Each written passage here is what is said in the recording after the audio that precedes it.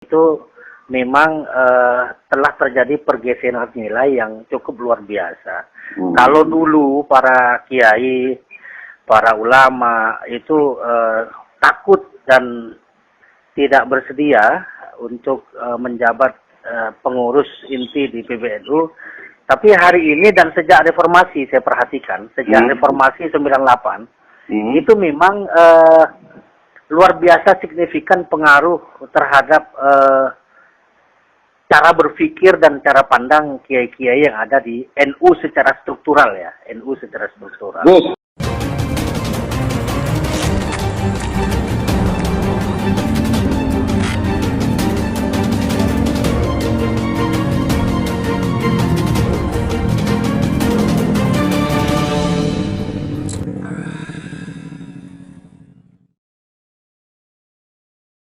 Assalamualaikum Gus.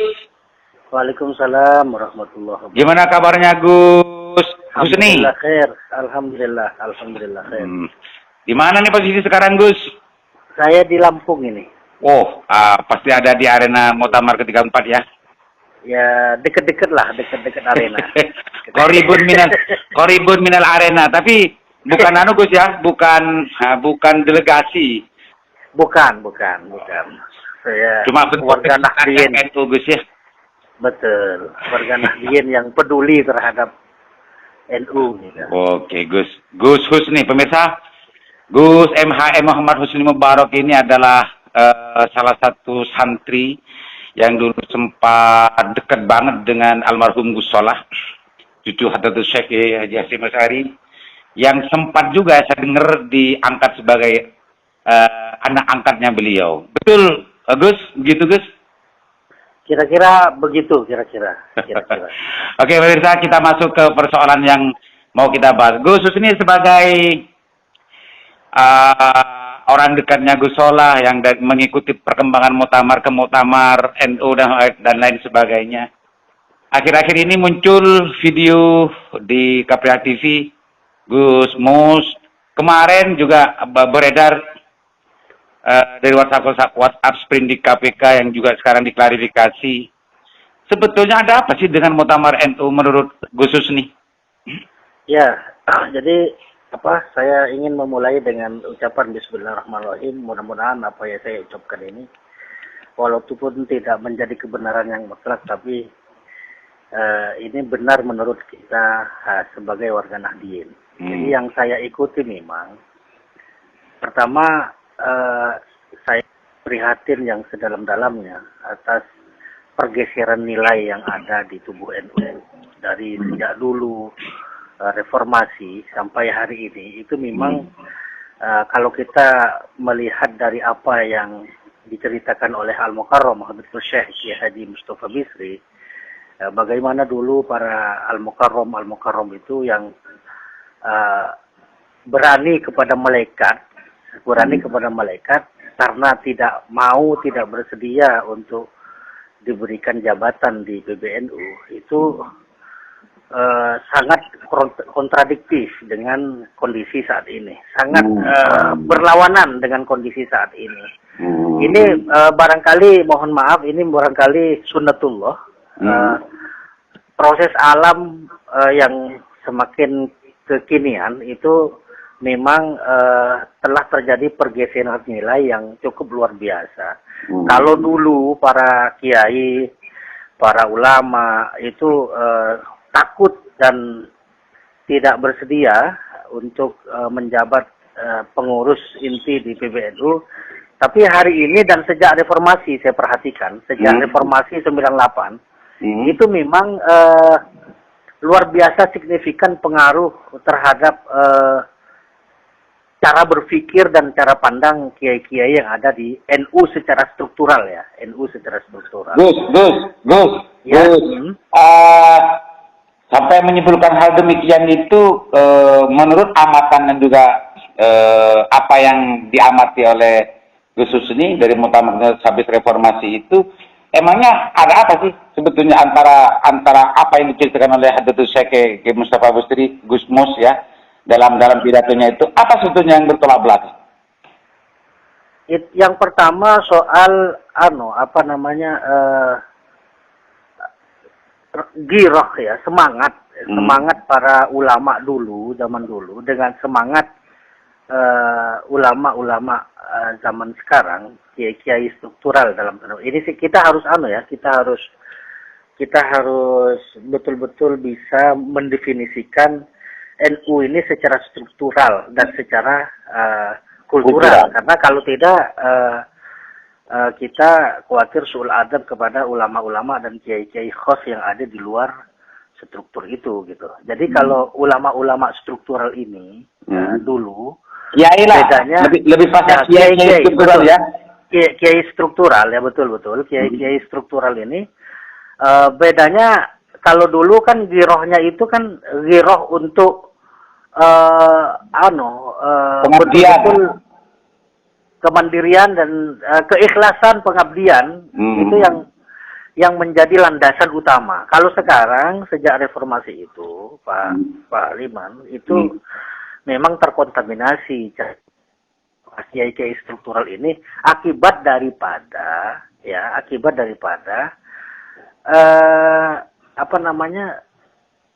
bukan hanya dekat tapi disfungsialitas semacam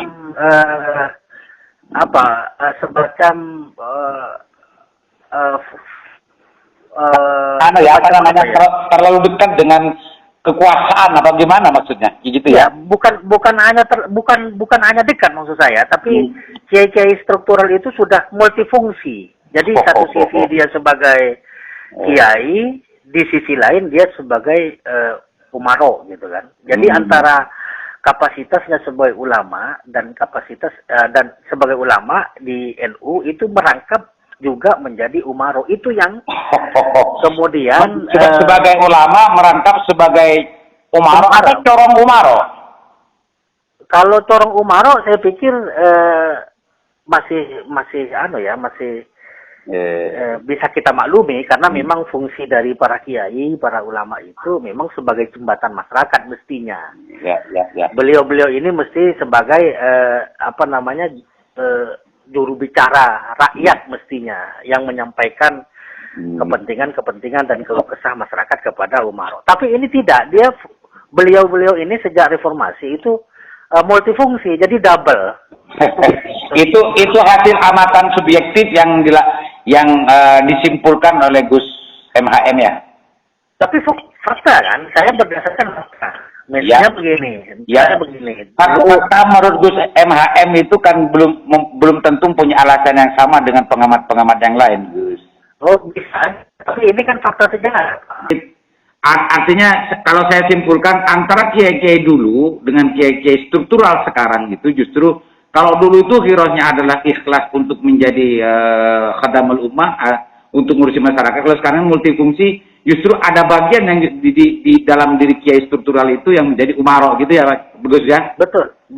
Gus, ini terkait dengan urusan sprindik, tarik menarik pelaksanaan muktamar, terus ada semacam sempat beredar surat veto dari PBNU dan dari salah satu pengurus PBNU itu apa sebetulnya yang ingin disampaikan oleh Gus MHM terkait dengan urusan masalah ini? Ya, sekali lagi saya ingin mengucapkan keprihatinan saya yang mendalam. Ini untuk kedua kalinya dalam satu wawancara, saya mengucapkan 2 kali prihatin ini ya. Jadi prihatin karena pergeseran nilai, lebih prihatin lagi karena ini isu-isu yang berkembang belakangan ini di arena muktamar itu, mohon maaf, ini mirip-mirip perhelatan di partai politik jadinya. Gitu ya. Jadi itu yang sangat prihatin. Perhelatan itu kan mirip-mirip, Pak. Kenapa? Karena seyogyanya, semestinya hal-hal yang bersifat fitnah, propaganda itu nggak ada mestinya. Mestinya nggak ada karena ini arena bukan arena kongres partai, bukan arena kongres muktamar partai, bukan. Tapi ini adalah arena kongres organisasi agama, keagamaan. Yang dalam hal ini Nahdlatul Ulama lagi. Nahdlatul Ulama secara historis punya sejarah panjang bagaimana, mohon maaf, Ki Hasyim Asy'ari kala itu ingin membentuknya saja itu melalui proses dan tahapan ritual yang luar biasa kan.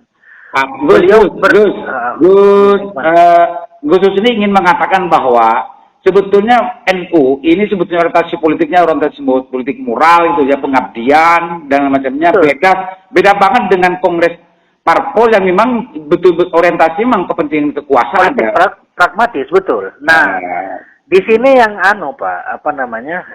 sekarang melihat perkembangan yang Anda bilang tadi sprint di KPK dan segala macam itu tarik-menarik waktu segala macam. Ini kan akhirnya modelnya ini, mohon maaf ya, modelnya itu model-model bukan muktamar NU tapi muktamar partai politik. Karena memang secara logika kemarin ini kan memang prosesnya ini kan mengagetkan semua orang, semua pihak ya. Ini terkaget-kaget. Mulai dari Al-Mukarram Hadratus Syekh Kiai Haji Miftahul Akhyar yang ditelepon oleh seseorang mengaku dirinya bin, mantan duta besar Indonesia untuk RRC Cina yang sedang di Amerika minta untuk agar supaya diundur dan lain-lain. Ini kan kejadian-kejadian aneh yang sangat aneh gitu loh di NU. Mestinya kan tidak ada pressure seperti itu, apalagi sekelas Rois Am itu di pressure dengan model-model seperti itu. Cerita yang diceritakan oleh Gus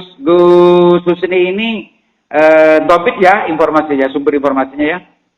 Yang mana ini? Yang Gus Kiai Miftahul Akhyar sempat ditelepon. Oh ya, itu A1, itu kan pengakuannya beliau. Oh, oke.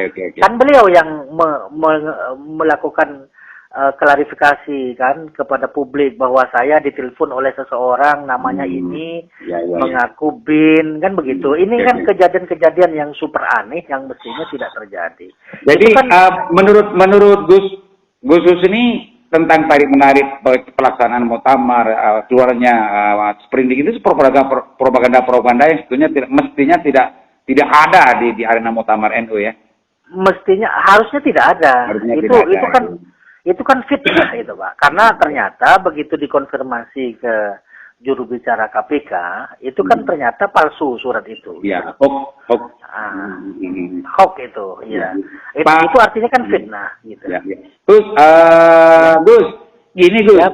Saya sempat membaca quote yang posting oleh Gus MAM di akun FB-nya terkait dengan apa yang dikatakan Gus Solah, ada gambar Gus Solah. Betul. Itu apa maunya Gus MHM ngeposting itu? Itu pesan moral sebenarnya. Pesan moral kepada para kompetitor, para kiai-kiai, para al-mukarram, para hadratus syekh yang para mutamirin gitu ya. Pertama kepada para calon kandidat ya. Yang kedua kepada mutamirin, karena kalau tidak ada api kan tidak ada asap kan. Mutamirin itu kan sifatnya kan menerima yang mau ya, yang mohon maaf yang mau. Ada sebagian, nggak bisa kita juga regeneralisir, ada sebagian kiai juga yang tidak mau dengan cara-cara seperti itu. Dengan sebagaimana apa yang didawuhkan oleh almarhum Gus Solah itu ya. Betul.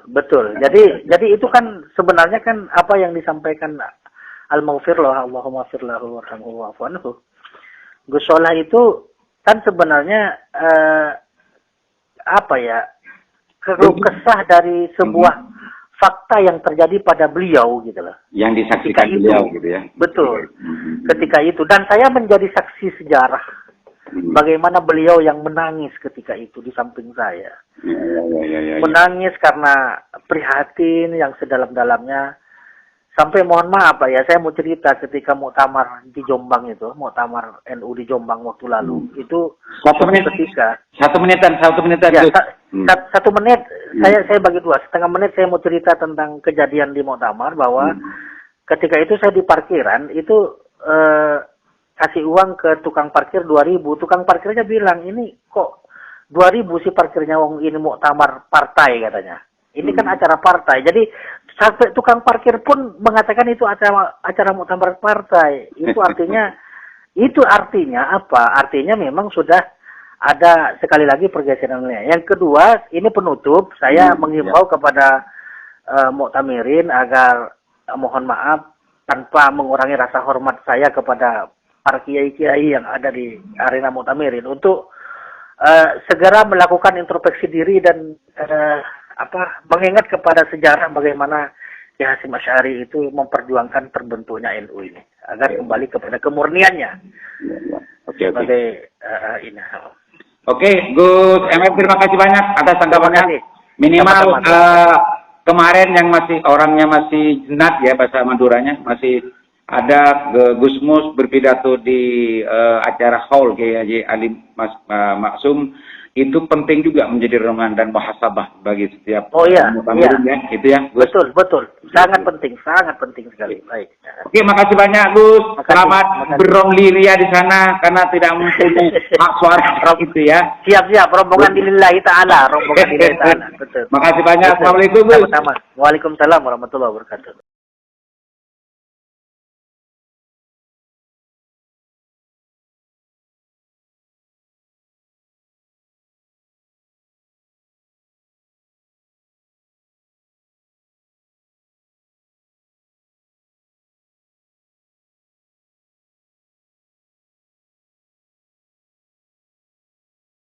Assalamualaikum, Pak Yai. Waalaikumsalam warahmatullahi wabarakatuh. Siap, Lora. Gimana kabarnya, Pak Yai?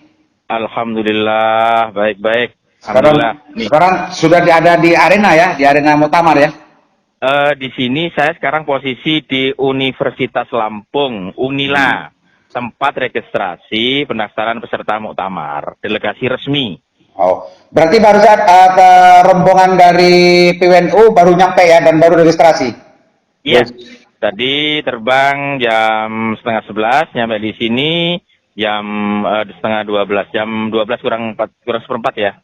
Oke, Gus. Selamat menikmati suasana Lampung, Pak Yai ya, dulu ya. Iya, siap. Pak Yai, sebagai delegasi resmi dari PWNU Jawa Timur, Pak Yai tentunya terus mengikuti perkembangan yang terjadi dari sejak awal bagaimana urur perencanaan dan juga sampai kemarin ada banyak beredar sprindik gitu ya, sprindik yang sudah diklarifikasi oleh pihak KPK bahwa itu hoax dan macamnya. Semua ini menurut Pak Yai sebagai pengurus PWNU Jawa Timur, ada apa sebetulnya Muktamar NU kali ini, Pak Yai? Ya, dinamika ya. Jadi kita lihat memang perhelatan Muktamar itu dari tahun ke tahun memang penuh dinamika. Dinamika seperti kita lihat di Cipasung, itu kan luar biasa juga dinamikanya. Kemudian di Lirboyo, termasuk di Makassar kemarin, dan di Jombang itu kan luar biasa. Saat ini Muktamar ke-34 dinamikanya tetap luar biasa. Apalagi di tengah pandemi COVID yang belum reda ya. Jadi memang seperti itu, memang bagian dari dinamika Muktamar karena perhelatan 5 tahunan warga NU ini begitu menyedot perhatian banyak kalangan.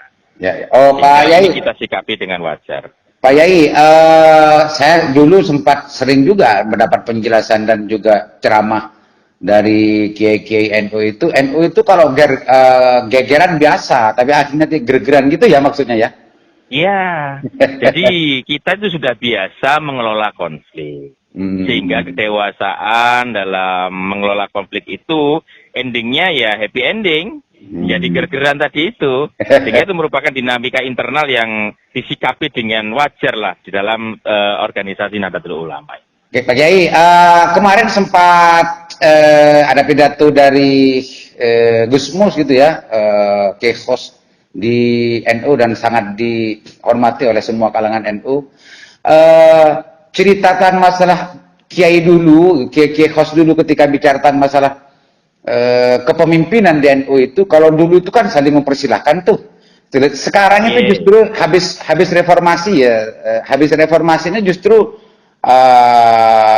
kandidat-kandidat tuh membutuhkan untuk membentuk tim dan macamnya itu. Tanggapannya Kiai? Ya, memang zamannya berbeda ya. Tentu dinamika yang dihadapi pun juga berbeda. Zamannya para masyayikh pendiri NU, mulai dari zaman Mbah Hasyim Asy'ari, Mbah Wahab Hasbullah, itu memang saling bersilakan karena otoritas tertinggi kan ada pada syuriah. Jadi Rais Akbar pertama, Kiai Hadratus Syekh Haji Hasyim Asy'ari sampai beliau wafat. Baru setelah wafat, Kiai Abdul Wahab Hasbullah itu bersedia menggantikan posisi beliau, tapi bukan sebagai Rois Akbar, sebutannya menjadi Rois Am. Begitu juga Kiai Bisri Samsuri ketika Kiai Wahab Gerah saat itu. Beliau sebagai wakil Rois Am itu didaulat menjadi posisi Rois Am menggantikan Kiai Abdul Wahab. Beliau dawuh, selama Kiai Wahab masih ada, saya nggak mau menggantikan posisi beliau sebagai Rois Am. Begitu juga sepeninggal Kiai Bisri. Di situ Kiai As'a didaulat menjadi Rois Am pengganti Kiai Bisri, beliau tidak mau, bahkan beliau mengatakan Jibril turun pun, malaikat Jibril turun pun, aku tetap tidak mau. Nah, Kiai Marus Ali kemudian didaulat, Kiai Mas Ali sama, malaikat Israel turun pun aku juga tidak mau. Akhirnya kemudian ada musyawarah nasional Ali Ulama di Kaliurang itu menunjuk Kiai Ali Maksum Kerapia itu untuk menjadi Rois Am. Padahal beliau tidak datang, tidak tahu saat itu kan di Kaliurang itu. Jadi begitulah tradisi Nahdlatul Ulama. Jadi ini tidak bisa dikatakan ada sebuah pergeseran nilai dan segala macamnya. Ini adalah sebuah perkembangan zaman yang diikuti oleh Nahdien, Pak Kiai ya. Ya, makanya memang dalam tradisi Nahdlatul Ulama itu kan di Suriah itu memang kiai-kiai itu memiliki kearifan sendiri di dalam memilih Rois Am. Makanya kemudian pada Muktamar ke-33 di Jombang itu, mekanisme pemilihan Rois Am itu tidak one man manfut sebagaimana di Muktamar Makassar 32 yang menghadapkan antara figur Mbah Sahal Mahfud saat itu dengan Al-Maghfurullah Kiai Haji Hasyim Musadi.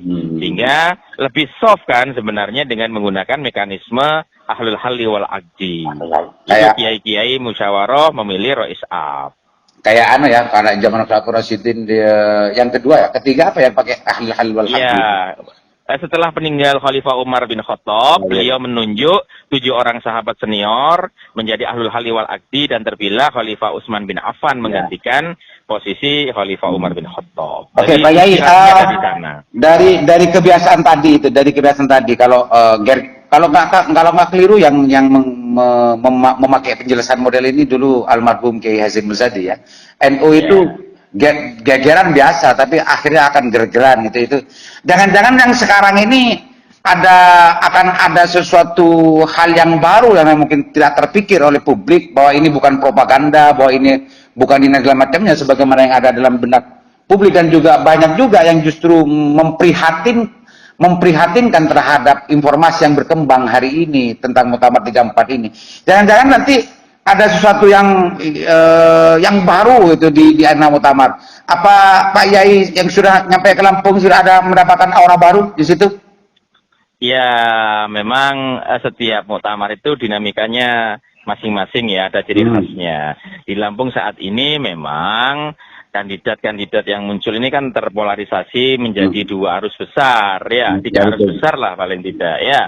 Ada arus besarnya ketum saat ini Profesor Kiai Haji Akil Sirot, ada arus besar yang berpihak kepada kubunya Khatib Am Gus Yahya, dan juga ada arus ketiga yang dibangun oleh Kiai As'ad Said Ali. Jadi seperti itu, dinamika itu saja biasa dan saya lihat sepertinya masih wajar-wajar saja. Jangan di arena pembukaan. Jangan-jangan nanti dari sekian banyak informasi yang justru memperhatikan sebagian pihak Nahdien dan juga sebagian publik yang lain ini, jangan-jangan nanti di Muktamar ada aklamasi sudah nggak ada ketegangan lagi. Ya, mudah-mudahan seperti itulah. Kita harapkan nanti terjadi aklamasi karena tradisi dari Nahdlatul Ulama itu bagaimana musyawarah untuk mufakat. Setelah Rois Am terpilih oleh Ahlul Halli wal Aqdi, ya sebenarnya tradisi pemilihan ketua tanfidiyah itu juga diharapkan melalui mekanisme Ahlul Halli wal Aqdi. Akan tetapi pada Munas dan Kombes kemarin itu masih tidak diterima oleh peserta Munas Kombes sehingga tetap menggunakan one man manfut untuk ketua umum. PWNU Jawa Timur untuk ke arena Muktamar hari ini dalam konteks masalah sistem yang belum sempat disepakati oleh Muktamirin oleh di Muktamar sebelumnya ini masih mau diusulkan juga oleh delegasi dari PWNU Jawa Timur? Oh iya, tetap karena kebetulan saya sendiri diperintah oleh para masyayikh itu untuk masuk di komisi organisasi. Salah satu usulan kita bahwa baik pemilihan Rais Am maupun Ketua Umum Tanfidiyah menggunakan skema Ahlul Halli wal Aqdi, mekanisme Ahlul Halli wal Aqdi. Nanti itu kita juga perjuangkan di tata tertib maupun di komisi organisasi nanti. Dan mudah-mudahan harapannya ini diterima Mu'tamirin, Gus ya, Pak Yai ya.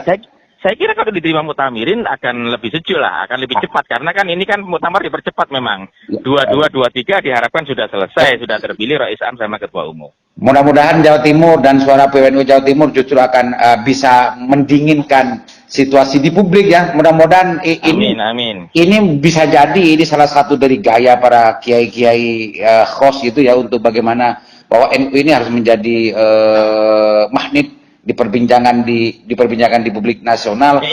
Sehingga semacam ini jangan-jangan nanti usulan dari Jawa Timur ini justru nanti meredam semuanya, mendinginkan semuanya, dan tidak ada kubu ini dan kubu itu, tidak ada propaganda ini dan propaganda itu, menjadi sistem Halli wal Aqdi ini betul-betul disepakati Mu'tamirin dan ger-geran betul Pak Yai ya.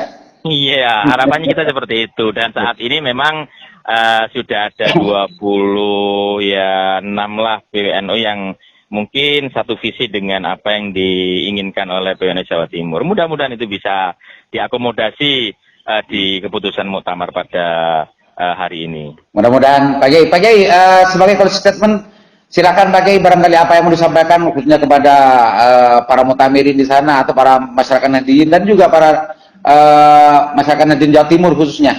Silakan Pak Yai. Baik, terima kasih Laura Aliman Haris atas waktunya. Jadi muktamar ini adalah hajatan warga Nahdliyin. Diharapkan berjalan sejuk, berjalan damai. Kita menginginkan muktamar ini ceria, muktamar ini bahagia. Untuk itu segala dinamika internal ya harus kita sikapi dengan dewasa. Dan itu menjadi pembelajaran bagi kita semuanya agar warga Nahdliyin ini bijak dalam menyikapi berbagai persoalan yang terjadi. Adapun hal-hal yang terjadi di pemberitaan, media sosial, terkait dengan sprindik KPK, terkait dukungan-dukungan yang lain, itu kita sikapi dengan wajar. Apalagi kemudian terkait dengan sprindik itu sudah dibantah sendiri oleh pimpinan KPK. Terkait dengan polarisasi dan dinamika yang terjadi antara kandidat-kandidat yang ada, itu memang bagian dari ikhtiar dari kader-kader terbaik Nahdlatul Ulama untuk memberikan kontribusi yang terbaik bagi perkembangan Nahdliyin ini dalam menjawab tantangan zaman ke depan.